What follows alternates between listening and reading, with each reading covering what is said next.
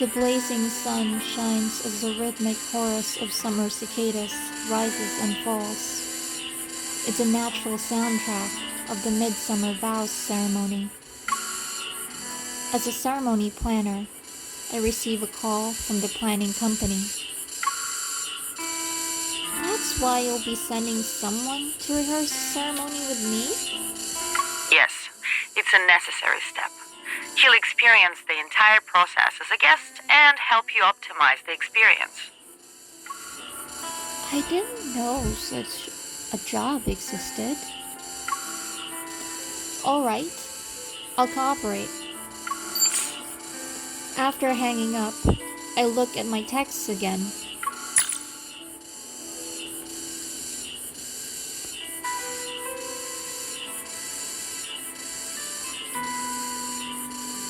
Hunters are multi-talented nowadays, huh?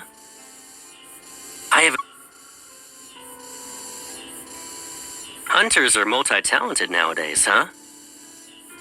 I have a new mission, though, and there might be a scheduling conflict.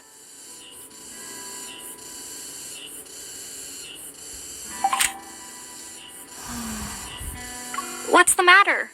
Are you having a tough time at work? The stall owner who's setting up her building blocks display nearby comes over. She's friendly, and we've gotten along quite well over the past few days. You can take a break if things aren't going your way. Do you want to play with these building blocks? It's great for stress relief.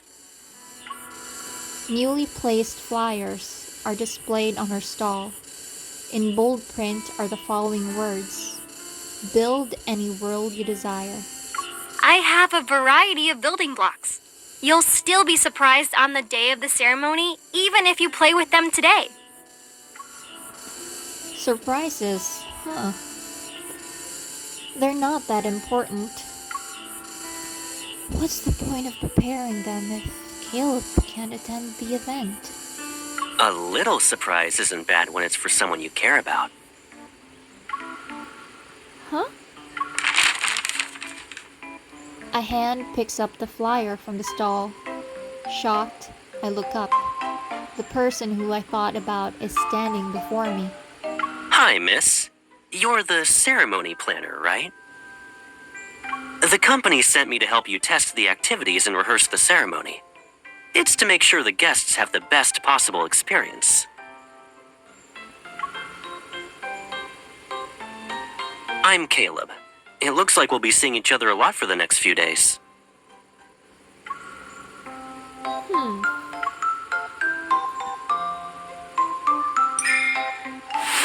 I pull Caleb aside to a more secluded spot. What's going on? What about your mission? This is my mission. It sucks the ceremony planner I'm supposed to work with doesn't believe me. While speaking, he pulls out a piece of paper, and with an exaggerated air of professionalism, he writes down some things. The ceremony planner doesn't trust the experience officer. 1 point has been deducted. I take the paper from him. Sure enough, there isn't a single word written on it. What kind of event planning company has enough fame to make a colonel do rehearsals? The one that has you working for them. Tell me the truth. Otherwise, I'm revoking your couch privileges in my place. Now that is a terrifying threat. Someone else was supposed to show up.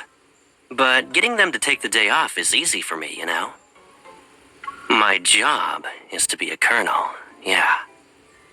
But the real Caleb wants to spend time with you. You're getting better at giving me surprises. I made you unhappy for 2 days. I'd like to ask for an opportunity to apologize and make it up to you.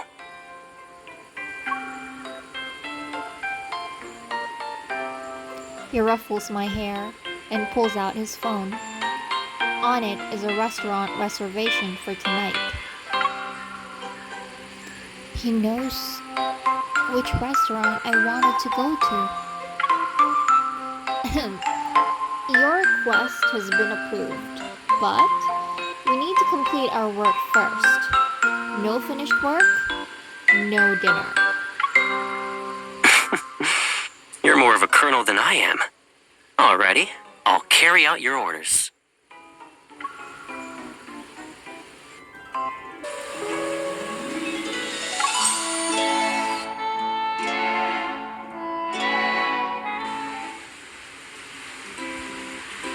The rehearsal for the ceremony continues at the message board area. Acting as guests, we write messages on cards designed for this and stick them onto the elegantly decorated board. Caleb, I think the experience here is sort of like the photo display. It's more than just sort of. Most guests won't bother to come here after visiting the photo display. I suggest you change some things, Miss Ceremony Planner. A card that wasn't secured properly falls. Just as I reach out to catch it, I see it suspended in midair. The card floats toward me. Because of Caleb's evol, it hovers in front of me like a small white flag.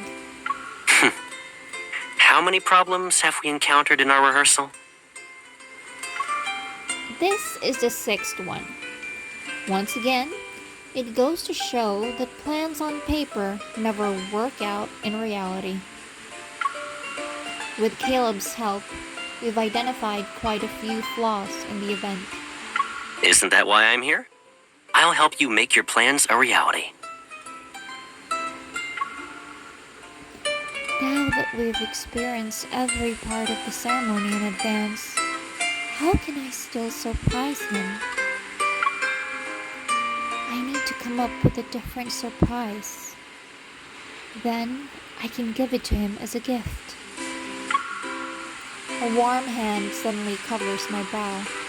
I didn't even realize it was furrowed. If you're worried about not having any new ideas, I know a place that might inspire you. It's a little dangerous, though. We need to see if our ceremony planner is brave enough to go.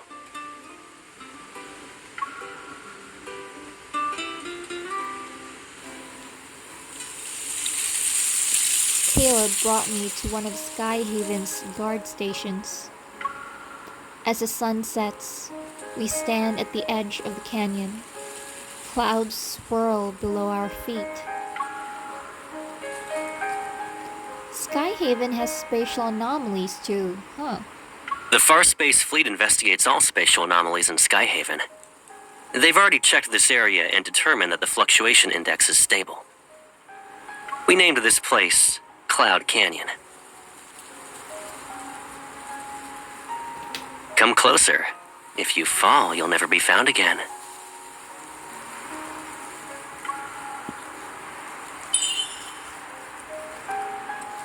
I take his hand and playfully wave it. You should be careful too. We'll fall together if you don't save me. Caleb holds my hand more tightly as he leads me along the edge of the canyon. A massive tree slowly emerges from the clouds. Under the tree, there are piles of wooden pieces stacked on top of one another. Each has a different shape and design. Why are they stacked up like that? They look like building blocks. It's the message board for this place. Huh? Puzzled, I pick up one of the wooden pieces. It has a golden thread tied to it, and tiny symbols carved onto its surface. This looks like text. Is this a sentence? Yep. It says, I wish we could be each other's most important person.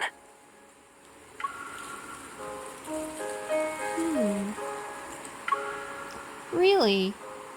And that? I point at another wooden strip nearby. It says, I wish we could meet up when the weather is nice.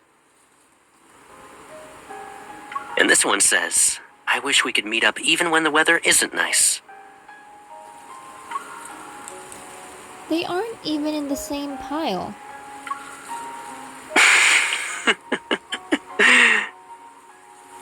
I knew you were making it up. His smile widens.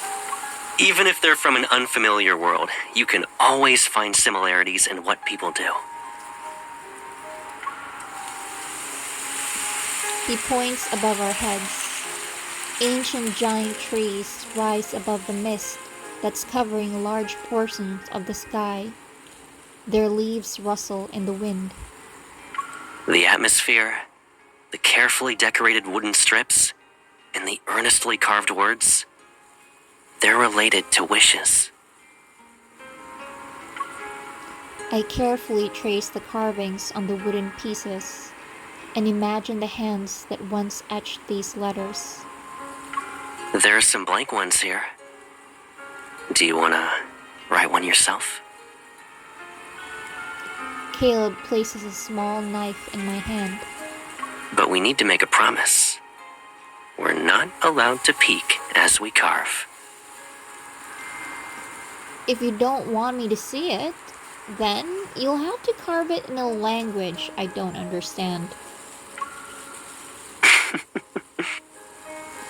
Wind rustles the green leaves of the giant trees as I pick up a wooden strip. I look at the crimson glow on the horizon. I wish Caleb could watch every sunset with me. The words appear in my mind, and I use the knife to solemnly carve them with great care. I wonder what Caleb is writing. I quietly sneak up behind Caleb. I wish I could always come home to her.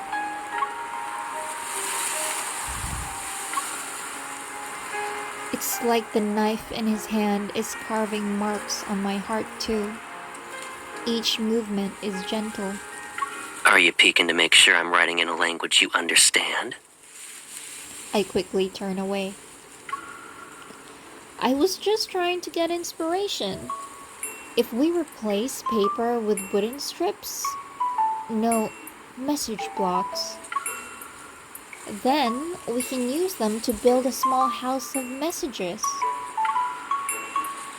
Not bad. It's more creative than a message board, too. If I were a guest, I'd check it out. It can also be a house of wishes, a house of truths, or a house of vows. A thought suddenly surfaces in my mind. If anything can be built with these blocks, then what about a home? I must be pretty good since I'm keeping your inspiration flowing. I'll be counting on you for all the upcoming experiences. We exchange smiles. Then we pick a stack of wooden pieces and place our two strips together at the top of the pile.